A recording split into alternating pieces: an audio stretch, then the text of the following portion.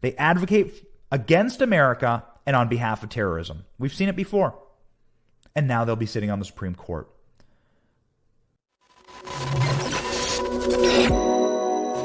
And if you are a terrorist that intended to slaughter thousands of Americans, you should not be able to walk free. But guess what? A no doubt new member of our Supreme Court thought that they should be set free, thought that they should walk free. That's right. Judge Ketanji Brown Jackson, who has been nominated by Joe Biden to the Supreme Court, advocated for Gitmo terror suspects. Did you know this? This is from the Free Beacon. Supreme Court frontrunner Ketanji Brown Jackson was an active and dedicated advocate. This says frontrunner, so I believe it's an older article. This is now, of course, the nominee to the Supreme Court. Was a dedicated advocate for terror subjects housed in Guantanamo Bay, contrary to press accounts and her own representation. So they've tried to lie about her history defending Gitmo detainees. Let's read the article. Jackson has portrayed her work for the detainees as that of a disinterested professional fulfilling an assignment.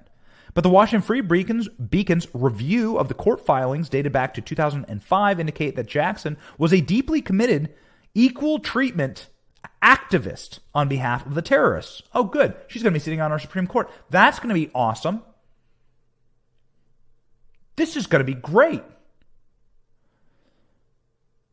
Her advocacy was zealous and often resembled ideological cause lawyering, even in her capacity as a public defender.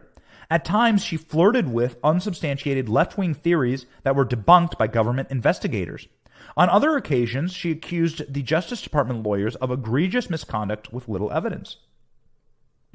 So she fought on behalf of the terrorists against the U.S. government. What does that sound like? It sounds like the policies of the modern Democratic Party. Were you alive?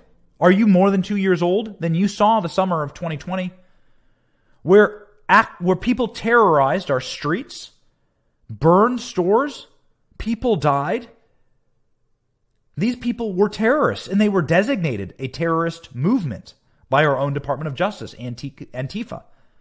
And BLM mobs burned, rioted, and rampaged through our cities, and they were bailed out by none other than our own vice president, to their great shame. They advocate against America and on behalf of terrorism. We've seen it before. And now they'll be sitting on the Supreme Court. Because 81 million people were so broken by the 4-year psyop that was the Trump administration and the noise that they created for an otherwise really nice administration, quite frankly. $2 gasoline, super high employment, record low unemployment, low cost of groceries, no new wars. Sounds good to me. Mean tweets? Fine. I'll take it.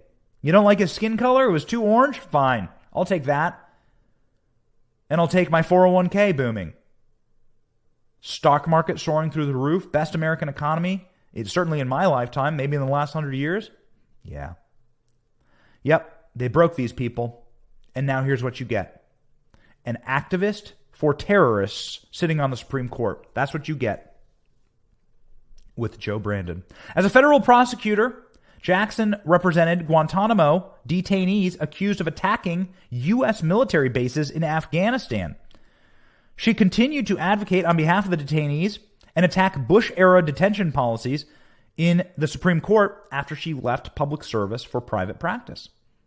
Jackson's public defender unit was charged with representing Guantanamo inmates who challenged their incarceration in federal court in Washington, D.C. Jackson's client was a detainee named Khalil Ghul, who maintained that he was innocent and was wrongfully detained.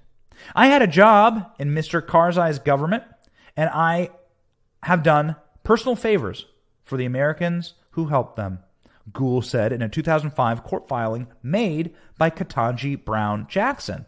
Ketanji Brown Jackson has already been in the Supreme Court. She was there advocating on behalf of terrorists and against the U.S. federal government. If that gives you any indication as to exactly what she'll do when she gets a seat on the bench, because Republicans have no spine.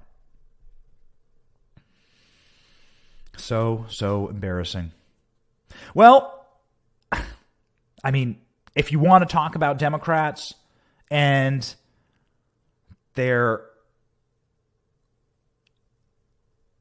inescapable incompetence as it pertains to terrorists, their release, and their open acceptance into the United States. I mean, they've rolled out the red carpet for the worst people on planet Earth to march right into our country. Lord knows what has happened